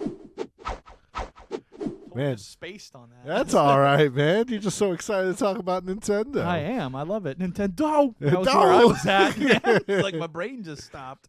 Hey, would we technically be enemies with Dr. Disrespect? I mean, like, you know. Oh, because he sounds like a bad guy? Yeah, exactly. Like a supervillain? Dr. Disrespect has come to disrespect you. Exactly. And make the Power Hour of Love feel bad about themselves. Maybe, I don't know. But he seems like a cool guy. And he's super tall. So he might even be taller than you. Oh, we'll see about that. Dr. Disrespect. All right. Well, real quick, let's take a minute to talk about For the Mini Gamers. This is Aurelia's campaign over at the St. Jude's Children's Research Hospital. Our donation panel down below does actually link to this amazing charity, right? St. Jude's Children's Hospital, of course, working with cancer research in children and a lot of other terminal illnesses. So if you guys are feeling kind of, like you got a couple extra bucks in your pocket, you're feeling a little generous, feel free to click on the link below and donate to this amazing cause throughout the month of June here. And it's for the kids, guys. We can't ask for more than that. Our master moderator, Aurelia, hanging out down there in the chat. She's the absolute best. We appreciate her being here, throwing out shout-outs, and keeping up with all you beautiful people down there in the chat. So we love to spread awareness for what she's got going on. And, of course, you can find links to her channel on her Discord page where you can find out more about this charity. Or you guys can head over to her page directly. I'll drop a link down here in chat since I know she's kind of too humble to most of the time. Although my commands don't work. That's not fair. Why don't my commands work? I'm just going to put a link. There you go. There's a link to Aurelia's stream right over there, her channel here on Twitch, guys. Go over there, check it out. You can check out some of her fun gaming for the charity next time she's on. She posts her schedule frequently, so you can get over there and check it out. But anyways, thank you, Aurelia, for joining us tonight. We super appreciate it. And guys, check out this charity, or keep it in mind if over the next few weeks you come across a little bit of extra scratch. Oh, yeah. Oh, man, so we were sitting there, and we were just talking about links, right? Yes. Hey, well, well, I can't think of a better segue. Since we're talking about Nintendo. Since we're talking about Nintendo. Wait a minute. All right, we'll come back to that. Whatever. We'll talk about Link's Awakening. There you go. You wanted awesome. this. You super segued. You skipped I three did. slides. It right? is. It's like Take that, Bowser. Oh, look, Aurelia says we're breathtaking. You're breathtaking. You're all breathtaking. I'm going to have to So just make good. that a GIF thing on the show. I'm going to have to. It's too good. Get a little Get a your little breathtaking icon down there. Yeah. Well, Legend of Zelda: Link's Awakening is the Switch remake. So this is a remake, not a remaster, of the classic Game Boy title. Now, in that instance, I think that's worthy of a remake. I mean, as much as people loved the Game Boy back in the day, I think now with the capabilities of the Switch, this is actually looking real cool. It's very similar to what they did with the A Link to the Past sequel that they did a few years ago on the DS, which I really enjoyed. So I think this is going to be killer. But the best news of it all, as we kind of knew this was coming, but we didn't have a release date, and now we do. It's going to be September 20th, 2019. So really right around the corner. Heck yeah, that's this September, man. Right at the end of September, you guys will be able to check out Link's Awakening. I think it's going to be awesome. It should. It should be really cool. But if we could skip back just a hair there. Aurelia says she clipped it. She clipped us doing the double your breathtaking. Oh, that's We were pretty on point right there. That was though. good. Pretty you know good. it. You man. know it. Thank you, Aurelia. We do this all the time. That's why we keep you around, you know? Hey, Johnny November showing up. Hey, ladies and gents, how we doing tonight? We are doing fantastic. Woo, Still Johnny. covering a little bit of the E3 conference. Right now we're going to be talking about Nintendo Direct and what's been going on there. And one of the interesting things I wanted to talk about right at the beginning was that they actually acknowledged the Bowser name. You know, that the new CEO of Nintendo America, his name is Doug Bowser. So they had the actual Bowser show up and try to speak on his behalf. And, of course, Doug showed up and was like, I'm the Bowser. You're not the Bowser. This is not the Bowsers you're looking for. Hey, man, I have to admit, I just recently beat Super Mario Odyssey, so yeah, I put a pretty good beat down on Bowser over there. I think I put a pretty good beat down on some Bowsette photos on the internet. Oh, no. Bowser. Thank you for that shout out, Aurelia. Let's move on. Okay. That's awesome. Next up, we're talking about The Witcher 3 Wild Hunt. Tell them all about it, Senior Bull. Oh, man. Well, this is the complete edition, so including all the DLCs that you would have had to purchase on the other systems, they're all coming in a nice, fine Switch package. Too close there. But, yeah, you know, this is a critically acclaimed title. Now it's coming to the Switch, so now it's not like you could just play the Witcher 3 in your living room. Now you could take it on the bus or on trips with you and rock and roll. Yeah. This is coming out winter 2019, so I'm sure it'll be here right around time for the holidays. Absolutely, guys. And it should be a lot of fun to be able to take it anywhere with you. You know, that's getting to be more and more popular with as good as our mobile devices are getting. So it's great to see that this is really bridging that gap, guys. Before you know it, we're going to be taking stuff everywhere. And that's what Google Stadia is all about. So we'll see where it goes. Oh, yeah. And Johnny down there says he is at work tonight, but he's got a new car today. So he's happy. Congratulations, Johnny. Absolutely, man. Throw some love out there for Johnny. Thank you, Aurelia, for that shout-out as well, guys. Definitely check out Johnny November. Rocking some Sea of Thieves, some Subnautica, and some Apex Legends. You're definitely going to want to go check them out. And check out the beautiful graphics on his page, too. I don't know where he got them from, but they're damn snazzy. Oh, yeah. Man. I only did one. I can't take credit for all of it.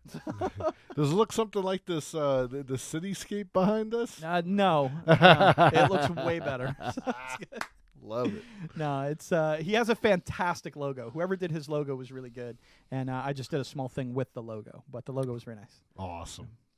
Well, if we're going to talk about excitement, you guys should know that I was pretty excited for these next two reveals. I didn't know you were a big Contra fan. If only you had something on your person that let people know you were a Contra fan. Oh, man, am I going to show it off again? I don't know. Are you? Okay. I don't know. Oh, it knocked the studio down, man. There we go. That Contra C, baby. Look at that. Might be a fan. Almost took down the studio trying to unveil that surprise. No, I'm serious, right? But yeah, absolutely. Contra Rogue Corps is coming out this September, September 24th to be exact. Yes. I mean, it's new Contra. What else do we need to hear? Yeah, exactly. You actually can play as, let's see, this panda bear and shoot like a machine gun. I am down anytime I can be a minigun wielding panda. I'll probably play your game. Absolutely, man. And the best part is, you know, even though this was revealed at the Nintendo's demo. It's actually coming to PS4 and Xbox as well. Yes. Absolutely. So I'm a little flustered there because I almost rocked our world here. Destroyed all of the power. Cross body. I'll tell you, that's what happens when I start showing off the guns, man. I know. It's all right. Maybe someone would actually see the very nice table that I built for us to do this before I realized we'd never see it on camera. Hey, we get to put nice things on it. I know. No one ever gets to see it. That bums me out.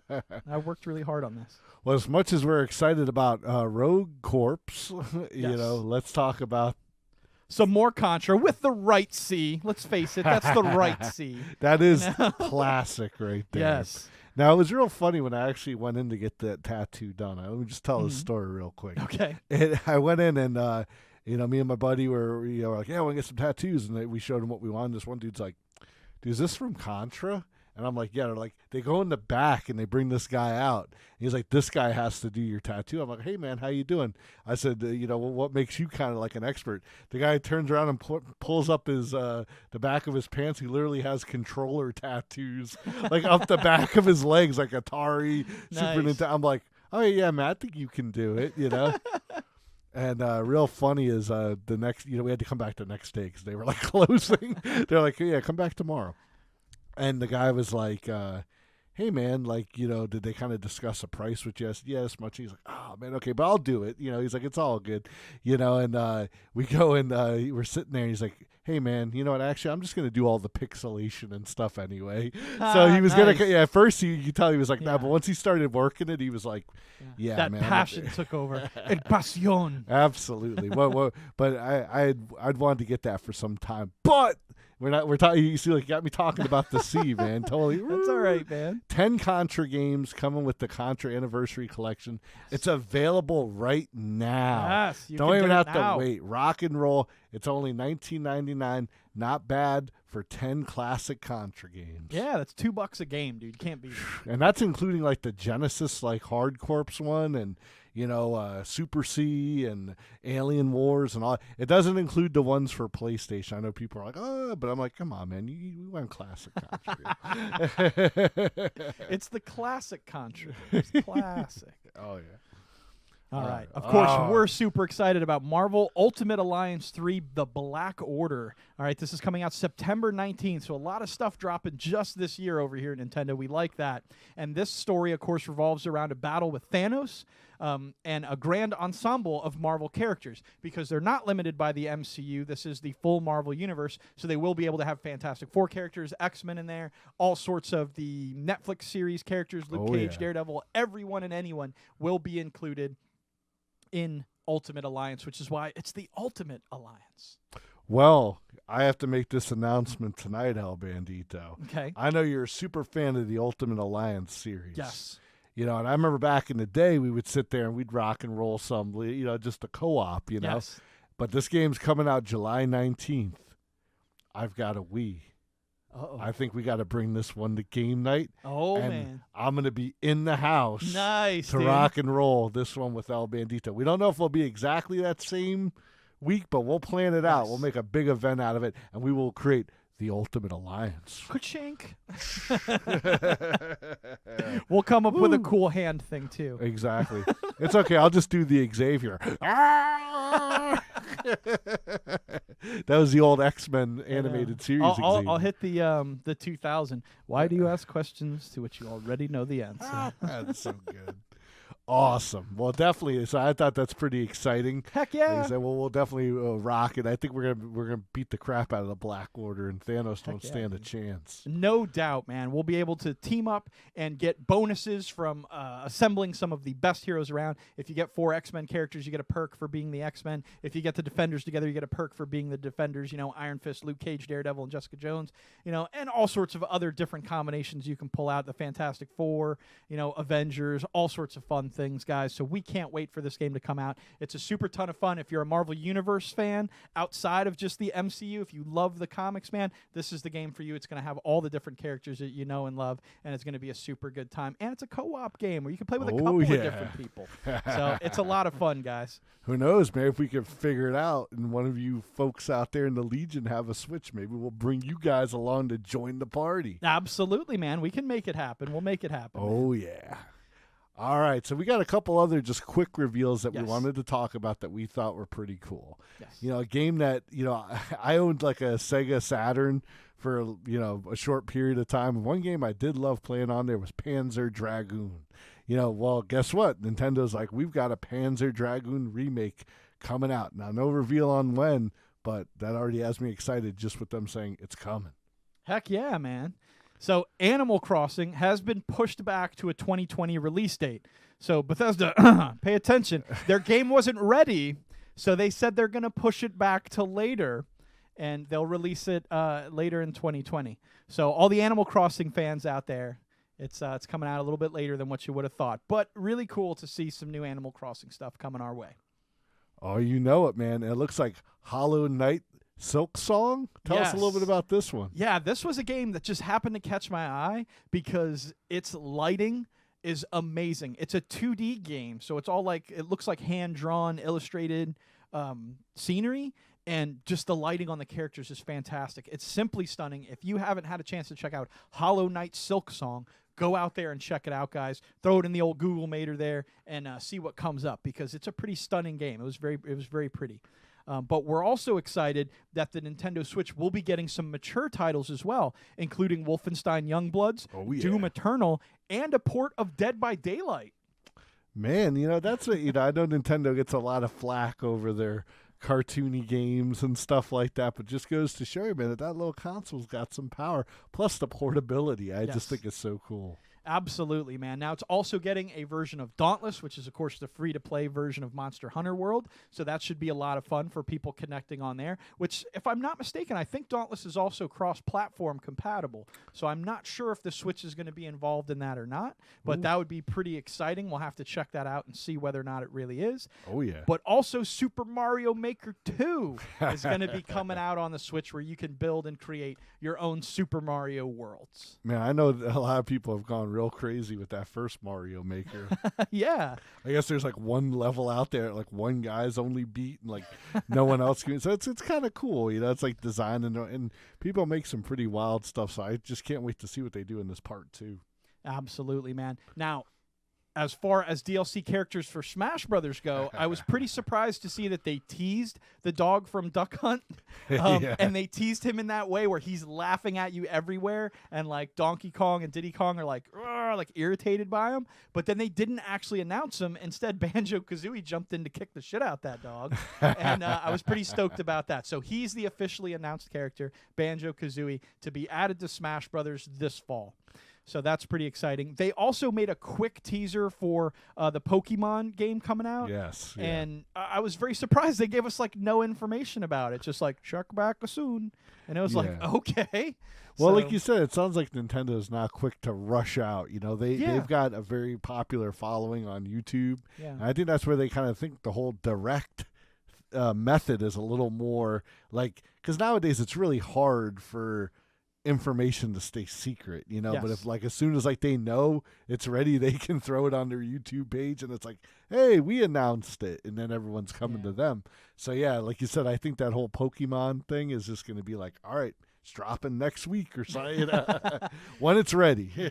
Well, J-Dog says he can play Dauntless with people on both PC and PS4, though he owns an Xbox. So that's pretty awesome, man. Thank you so much for letting us know. And hopefully, yes, pretty soon Nintendo Switch will be able to join the fray and play cross-platform with everyone else.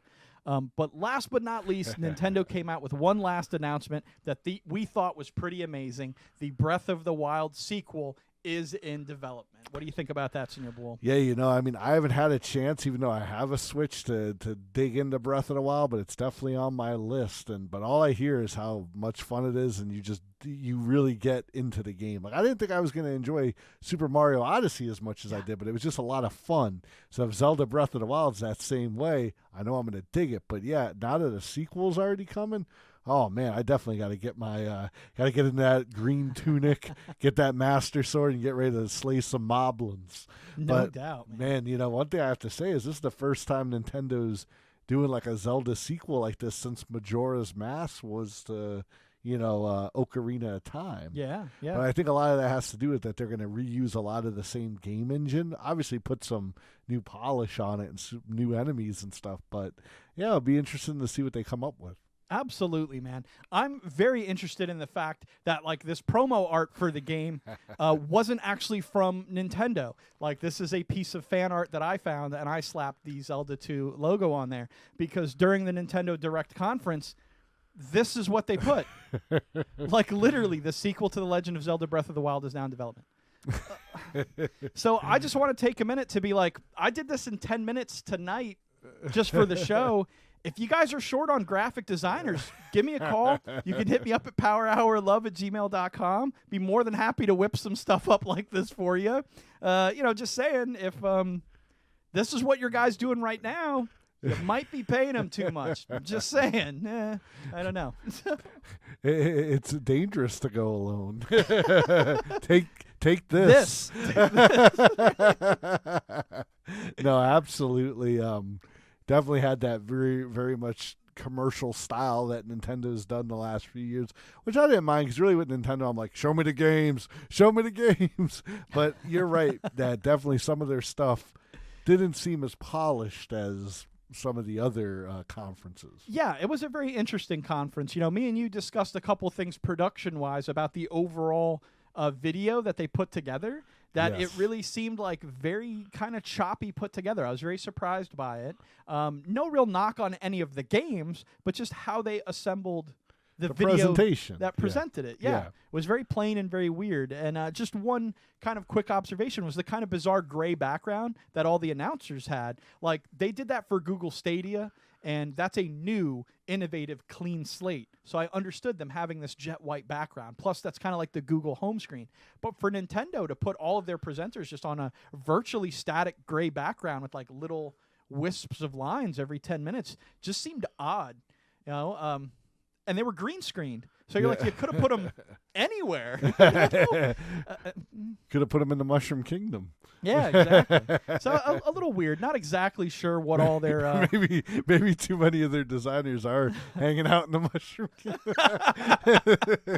Wrong type of mushrooms, though, right? But, like we said earlier, we're all about spreading the love. So why don't you go ahead and tell them who we spreading the love to tonight, Bandito? Absolutely. Look at this. We have so many beautiful friends out here playing games tonight. Who do you think we should go see? What do you think? I was going to say, did we raid Valentina last week? I think we did. I think we got Valentina last week. What do you think about going to see Nubbins play some Dark Souls 3? There you go. You want to talk about some going from like the Legend of Zelda cartooniness to like the ultimate medieval. Let's do it. Yeah, let's go see Nubbins bring some pain and take some pain out there in Dark Souls 3. Aurelia's going to set that up for us. All you beautiful people, hang around through the raid here. We're going to throw up some intro credits, and then we're going to jump right on over to check out Nubbins Inc. out there, a fantastic streamer, playing some fun games and having some fun, guys. We're going to absolutely love it, so make sure when you get over there, let them know the Power Hour Love sent you. Throw some emails, throw some hype in there. We'll see you guys this upcoming Wednesday for game night, where we're probably going to be rocking some pretty exciting games. I think you guys are going to want to check it out. Otherwise, join us here next week, Monday night, on the Power Hour Love, 9 p.m. We'll see you there. Any final thoughts for the beautiful people out there? As always, thank you to the Legion of Love for hanging out with us every Monday night. Yes. And we always look forward to seeing you guys. So definitely we'll catch you next time. Yeah, thank you again to LifeReboot and Aurelia for all you guys do for the stream and for the channels. And thank you to all you beautiful people for hanging with us tonight. Yeah.